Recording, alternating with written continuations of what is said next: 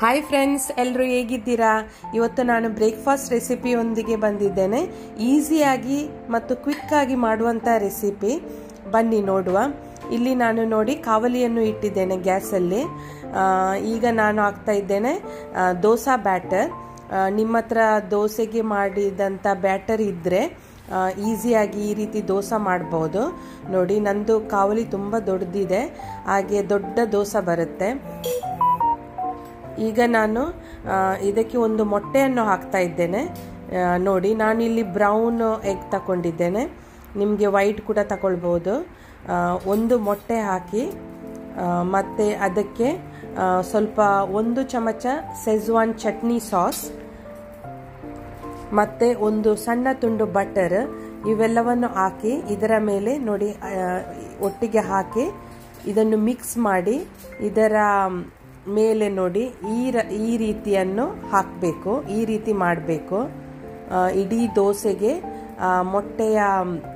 ಮೊಟ್ಟೆಯನ್ನು ಈ ರೀತಿ ಹಾಕಬೇಕು. ಮತ್ತು ಈ ದೋಸೆ ತುಂಬ ರುಚಿಯಾಗಿ ಬರುತ್ತೆ. ಇದಕ್ಕೆ ಡಿಪ್ಪಿಂಗ್ ಏನು ಬೇಕಂತ ಇಲ್ಲ, ಚಟ್ನಿ ಬೇಕಂತ ಇಲ್ಲ, ಹೀಗೇ ತಿನ್ಬೋದು. ತುಂಬ ರುಚಿಯಾಗಿ ಬರುತ್ತೆ.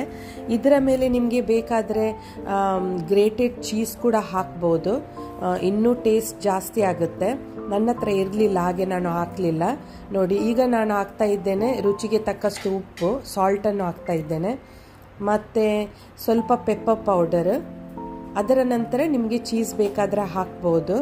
ಇದು ತುಂಬ ಒಳ್ಳೆಯದು ಬರ್ತದೆ ದೋಸೆ. ಮತ್ತು ನಿಮಗೆ ಮಕ್ಕಳಿಗೆ ಟಿಫಿನ್ಗೆ ಕೂಡ ನೋಡಿ ಈ ರೀತಿ ಮಾಡಿ ಕೊಡ್ಬೋದು. ಮತ್ತು ದೊಡ್ಡವರು ಕೂಡ ತುಂಬ ಇಷ್ಟಪಟ್ಟು ತಿಂತಾರೆ ಇದು ದೋಸೆಯನ್ನು. ಮತ್ತು ಈಸಿಯಾಗಿ ಮಾಡುವಂಥ, ಬೆಳಿಗ್ಗೆ ಈಸಿಯಾಗಿ ಮಾಡುವಂಥ ದೋಸೆ ಇದು. ನೋಡಿ, ಈ ರೀತಿ ಬಂದಿದೆ ಈ ದೋಸೆ, ತುಂಬ ಟೇಸ್ಟಿ. ಮತ್ತು ಯಾರು ನನ್ನ ಈ ರೆಸಿಪಿಯನ್ನು ನೋಡ್ತಿದ್ದೀರಾ, ಒಂದು ಲೈಕ್ ಮಾಡಿ, ಮತ್ತು ಬೇಗ ಬೇಗ ಸಬ್ಸ್ಕ್ರೈಬ್ ಮಾಡಿ, ಮತ್ತು ಎಲ್ಲರಿಗೂ ಕೂಡ ಶೇರ್ ಮಾಡಿ.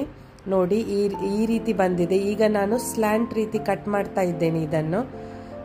ಹೀಗೆ ಕೈಯಲ್ಲಿ ಹಿಡ್ಕೊಂಡು ತಿನ್ನಲಿಕ್ಕೆ ಕೂಡ ತುಂಬ ಈಸಿ ಇದು, ಈ ರೀತಿ ಕಟ್ ಮಾಡಿ ಕೊಟ್ಟರೆ ಮಕ್ಕಳ ಕೈಯಲ್ಲಿ. ಈ ಎಗ್ ದೋಸೆ ತುಂಬ ಹೆಲ್ದಿ ಕೂಡ, ಮತ್ತು ಈಸಿಯಾಗಿ ಮಾಡುವಂಥ ದೋಸೆ. ನಾಳೆ ಬರ್ತೇನೆ ಇನ್ನೊಂದು ರೆಸಿಪಿ ಜೊತೆ. ಬಾಯ್ ಬಾಯ್, ಟೇಕ್ ಕೇರ್.